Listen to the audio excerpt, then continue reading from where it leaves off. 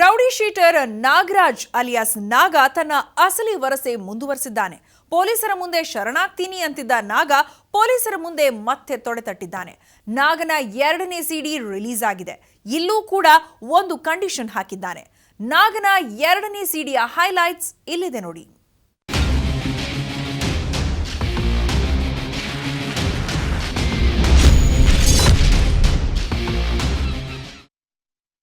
Home minister Parameshwar gentleman.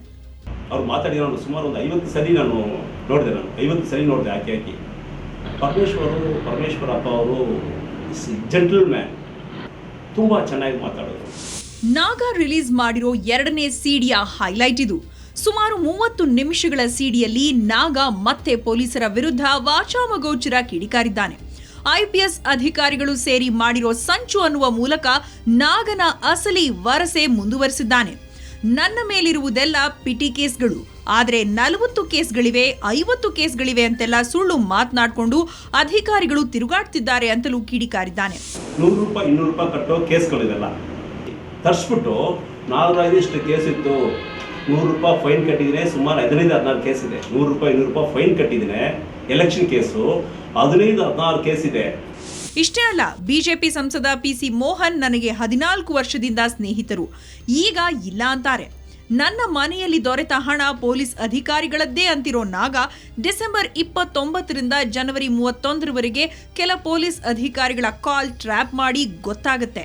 ಹೀಗಂತ ಹೇಳೋ ಮೂಲಕ ಮನೆಯಲ್ಲಿ ದೊರೆತ ಹಣ IPS ಅಧಿಕಾರಿಗಳದ್ದೇ ಅಂತ ವಾದಿಸ್ತಿದ್ದಾನೆ. ತಲೆ ಕೆಟ್ರೆ ವಿಧಾನಸೌಧದ ಮುಂದೆ ನಮ್ಮ CM ಕೇಳ್ಕೊಳ್ತೀನಿ ನಾನು, ಯಾಕಂದ್ರೆ ಗೆಲ್ಲಕ್ಕಾಗಲ್ಲ. ನಾಳೆ ನನ್ನ ಮನಸ್ಸು ಕೆಟ್ಟು ನಿಮ್ಮ ವಿಧಾನಸೌಧ ಮುಂದೆ ಏನಾದರೂ ಮಾಡ್ಕೊಂಡ್ರೆ, ಯಾಕಂದ್ರೆ ಅದೇ ಅದೊಂದು ಕೇಸ್ ಆಗ್ತೀರ ಅನ್ನೋ ಗೊತ್ತು ನನಗೆ. ಏನೋ ಮಾಡ್ಕೊಂಡ್ರೆ ನಿಮ್ಮ ಹೆಸರೇ ಕೆಡೋದು ಕರ್ನಾಟಕದಲ್ಲಿ. ಇನ್ನು CM ಸಿದ್ದರಾಮಯ್ಯ ಅವರನ್ನು ನಾಗ ಎಳೆದು ತಂದಿದ್ದಾನೆ. ಕರ್ನಾಟಕದಲ್ಲಿ IPS ಅಧಿಕಾರಿಗಳು ಮಾಡುತ್ತಿರುವ ಮೋಸವನ್ನು ಗಮನಿಸಿ ಅಂತ ಮನವಿ ಮಾಡಿರುವ ರೌಡಿ ಶೀಟರ್, ನನ್ನ ತಲೆ ಕೆಟ್ರೆ ವಿಧಾನಸೌಧದ ಮುಂದೆ ಏನಾದರೂ ಮಾಡ್ಕೊಂಡ್ರೆ ನಿಮಗೇ ಕೆಟ್ಟ ಹೆಸರು ಅಂತಲೂ ಹೇಳಿದ್ದಾನೆ. ತಮಿಳರು ಮೋಸ ಮಾಡಿದ್ರು, ನನಗೆ ತಮಿಳ್ ಜನ ಮೋಸ ಮಾಡಿದ್ದಾರೆ. ಅವರು ನನ್ನ ಬಿಟ್ಬಿಟ್ರು ಅನಾಥಾಗಿ. ಒಂದು ಸಲ MLA ಮಾಡಿದರೆ ಇಷ್ಟು ನನಗೆ ಅನಾಹುತ ಬರ್ತಾ ಇಲ್ಲ, ಈ ಸಲ ಕೌನ್ಸಿಲ್ ಮಾಡಿದರೆ ನನಗೆ ಅನಾಹುತ ಬರ್ತಾ ಇಲ್ಲ. ಆ ತಮಿಳ್ ಜನ ಮೋಸ ಮಾಡಿದ್ರು. ಎಲ್ಲವೂ ಓಕೆ, ಆದ್ರೆ ಶರಣಾಗುವ ವಿಚಾರ ಮಾತ್ರ ಅಡ್ಡಗೋಡೆ ಮೇಲೆ ದೀಪ ಬಿಟ್ಟಂತೆ ಮಾತಾಡ್ತಾನೆ. ಅಲ್ಲದೆ ವಿಧಾನಸಭಾ ಚುನಾವಣೆಯಲ್ಲಿ ಯಾವುದೇ ಕಾರಣಕ್ಕೂ ಸ್ಪರ್ಧಿಸಲ್ಲ ಅಂತಲೂ ಸ್ಪಷ್ಟಪಡಿಸಿದ್ದಾನೆ.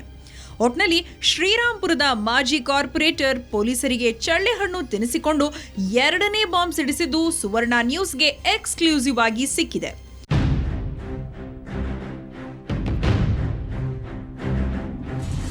ರವಿಕುಮಾರ್, ಕ್ರೈಮ್ ಬ್ಯೂರೋ, ಸುವರ್ಣ ನ್ಯೂಸ್, ಬೆಂಗಳೂರು.